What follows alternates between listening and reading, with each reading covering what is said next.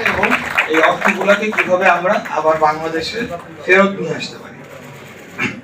আপনারা জানেন যে ইনফো সরকার 1, ইনফো সরকার 2, ইনফো সরকার 3 এগুলো জনগণের ট্যাক্সের টাকায় বানানো ইনফ্রাস্ট্রাকচার, সেগুলোকে বিশেষভাবে বিশেষ ব্যক্তিবর্গর বা ব্যক্তি কোম্পানিকে সেগুলোকে টোটাল অথরিটি দিয়ে দেওয়া হয়েছে। তারা তাদের পার্সোনাল প্রপার্টির মতো সেগুলোকে ব্যবহার করেছে।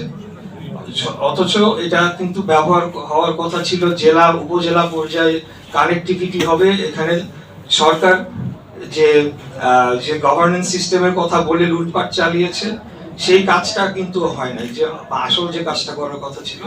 কিন্তু এখানে ব্যক্তি কিছু কোম্পানিকে সুবিধা দেওয়ার জন্য তাদেরকে এই সরকারের টাকায় জনগণের টাকায় বানানো ইনফ্রাস্ট্রাকচার সেগুলোকে লিজ দিয়ে দেওয়া হয়েছে এবং প্রাইসিংটাও তারা সেভাবে ঠিক করেছে। আছে তো একজন বা দুইজন যদি থাকে সেখানে তো আর কোনো কম্পিটিশনের বিষয় আসে না, সেখানে তো প্রাইসিং এর আর কোনো যেভাবে ফিক্সিং হবে সেভাবে প্রাইসিংটা হবে।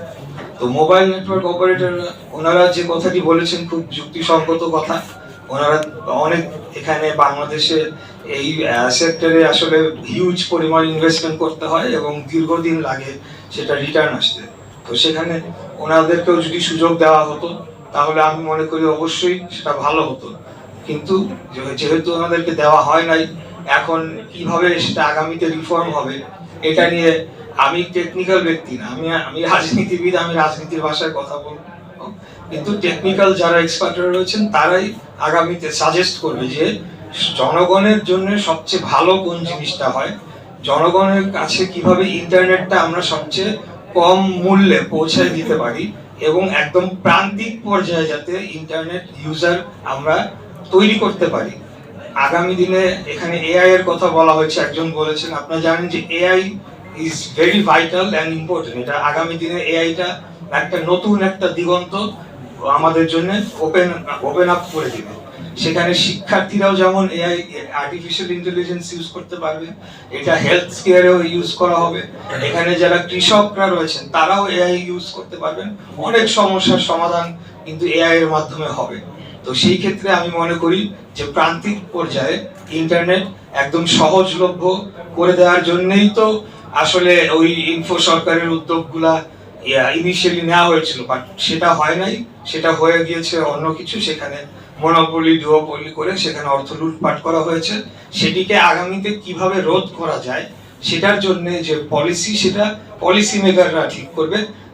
আমি সবশেষে যে কথাটি বলবো এটা সত্য, এটার জন্য দায়ী কিন্তু পলিটিশিয়ানরাই। কিন্তু কোন পলিটিশিয়ানরা সেটা আপনাদেরকে মাথায় রাখতে হবে। কোন সরকারের আমলে এই ধরনের যে পলিসি করা হয়েছে এবং ব্যাপক লুটপাট করা হয়েছে সেটি মাথায় রাখতে হবে। বাংলাদেশ জাতীয়তাবাদী দল বিএনপি একটি 31 দফার সংস্কার প্রস্তাবনা গ্রহণ করেছে, সেটা বহুল আলোচিত হচ্ছে। সেখানে দফা 9টা আমি একটু উল্লেখ করতে চাই যে সকল সংবিধিবদ্ধ এবং সাংবিধানিক প্রতিষ্ঠানকে স্বাধীনভাবে কোনো হস্তক্ষেপ ছাড়া কাজ করতে দেওয়া হবে। আমি যতটুকু বুঝি বিটিআরসি একটি সংবিধিবদ্ধ প্রতিষ্ঠান হওয়ার কথা, তাদের উচিত ছিল এগুলা রেগুলেট করা।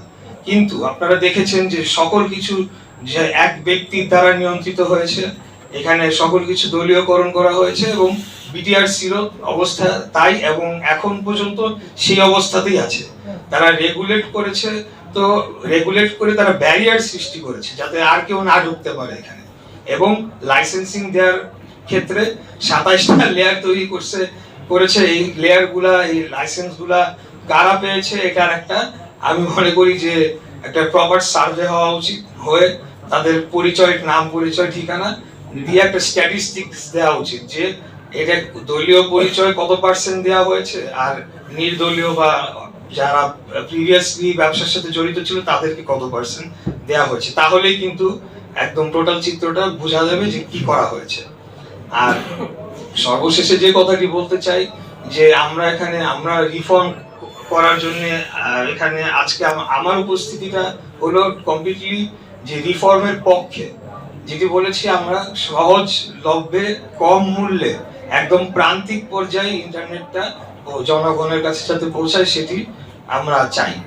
আর আরেকটি বিষয় একটু বলি ফেলি, কারণ যেহেতু কথা হচ্ছে যে কিভাবে এটাকে বাস্তবায়ন করতে হবে এবং কিভাবে এটা মানে আমাদের যে ইনফ্রাস্ট্রাকচার শেয়ারিং যে পলিসিটা, সেটার তো একটা ভালো সাইড অবশ্যই রয়েছে। তো সেটাকে কিভাবে আসলে বাস্তবায়ন করা যায় সেটা নিয়েও চিন্তা করতে হবে। এখন মোবাইল নেটওয়ার্ক অপারেটররা সবাই যার যার মতো যদি ইনফ্রাস্ট্রাকচার বসাইলো, যার যার মতো ফাইবার লে করলো, তাহলে কিন্তু একই কাজ 4 বার হলো বা সে কস্টিং কি আসলে কমবে না বাড়বে, সার্ভিসের কি হবে, সেটা অ্যানালাইসিস করে করতে হবে। পাশাপাশি আমার দেশীয় যারা ব্যবসায়ী প্রতিষ্ঠানরা রয়েছে তাদেরকেও প্রোটেক্ট করা কিন্তু এটা আমাদের আর গুরু দায়িত্ব। এটাকে আমি ইকোনমিক্সের ছাত্র না, কিন্তু বলা হয়ে থাকে সানশাইন বা সানরাইজ ইন্ডাস্ট্রি, এবং সরকারের দায়িত্ব যে তাদেরকে প্রোটেক্ট করা। এখন অতীতে যারাই লাইসেন্স পেয়েছে তাই বলে সেটা নিয়ে আমি এখন আর বিস্তারিত না গেলাম, যারাই পেয়েছে কিন্তু তারা তো ব্যবসা একটা প্রতিষ্ঠান দাঁড় করিয়েছে এবং তারা তো কর্মসংস্থান তৈরি করেছে। অতএব তারা যাতে মার্কেট আউট না হয়ে যায় বড় অপারেটরদের কাছে, সেটাও কিন্তু আমাদেরকে নিশ্চিত করতে হবে। অ্যাজ আ পলিটিশিয়ান আমি সেটা মনে করি আর যে আমাদের দেশীয় প্রতিষ্ঠান তাদেরকেও আমাদেরকে সার্ভাইভ করাতে হবে আরো, এবং তাদের যে কি বলে তারা যাতে মার্কেট আউট না হয়ে যায় সেটা নিশ্চিত করতে হবে। আমাদের আসলে দেশে ইন্টারনেট ব্যবহারকারীর যে সংখ্যা, এটা অত্যন্ত নগণ্য, বেবি, মানে ডেটা ইউজের দিক থেকে যদি বলেন, এখানে অনেক আরো ডেটা ইউজ করার আমাদের চাহিদা বাড়বে, এবং সেটা বাড়ানোর জন্য আমাদেরকে সেই প্রপার পলিসি নিয়ে সেই প্রপার ইনফ্রাস্ট্রাকচারটা দিতে হবে দেশকে। এবং আমরা চাই যে একটা স্ট্যাটিস্টিক্সে এসেছে যে 70% ডেটা ট্রাফিক গুগল, অ্যামাজন এবং ফেসবুকের কাছেই যায়, কিন্তু তাদের কোনো ক্যাশিং সার্ভার কিন্তু বাংলাদেশে নাই, যার কারণে আমরা অনেক লেটেন্সিতে পুরোটা ঘুরে আসতে হয়, এবং এটার বেনিফিটটা নিচ্ছে আমাদের পার্শ্ববর্তী রাষ্ট্র, তাদের ওখানে আছে। আমরা চাই যে এই ধরনের যে আন্তর্জাতিক মানের প্রতিষ্ঠানগুলা তারা বাংলাদেশে আসুক, এবং বাংলাদেশে সেও যাতে এই আইটি সেক্টরটা ডেভেলপ করে ইন্টারন্যাশনাল স্ট্যান্ডার্ডে, এবং এই বড় বড় কোম্পানিগুলো তারাও ইনভেস্ট করবে, এটার মাধ্যমে কিন্তু কর্মসংস্থান বাংলাদেশেও হবে। তো এই ধরনের পলিসিগুলো আগামী দিনে নেওয়া হোক। আমি আপনাদের মাধ্যমে, আপনারা ইন্ডাস্ট্রি এক্সপার্ট, আপনারা ইন্ডাস্ট্রি পলিসি মেকার, লিডার, যাই হোক আমরা রাজনীতিবিদরা যারা রয়েছি আপনাদের পাশে থাকবো, যাতে করে আলটিমেটলি জনগণের স্বার্থটা রক্ষা করা হয় শেষ বেলায় গিয়ে। এটাই আমার বক্তব্য ছিল। তো আমি আবারও সবাইকে ধন্যবাদ জানাবো, অনেক এখানে রয়েছেন যারা ধৈর্য ধরে আমার কথাগুলো শুনেছেন। আশা রাখি যে আমরা আগামী দিনে যে কথাগুলো আমরা যেগুলো বাস্তবায়ন করতে চাচ্ছি জনগণের জন্য যে পলিসিগুলো, সেগুলো করতে পারবো। ধন্যবাদ সকলকে আবারও। আসসালামু আলাইকুম।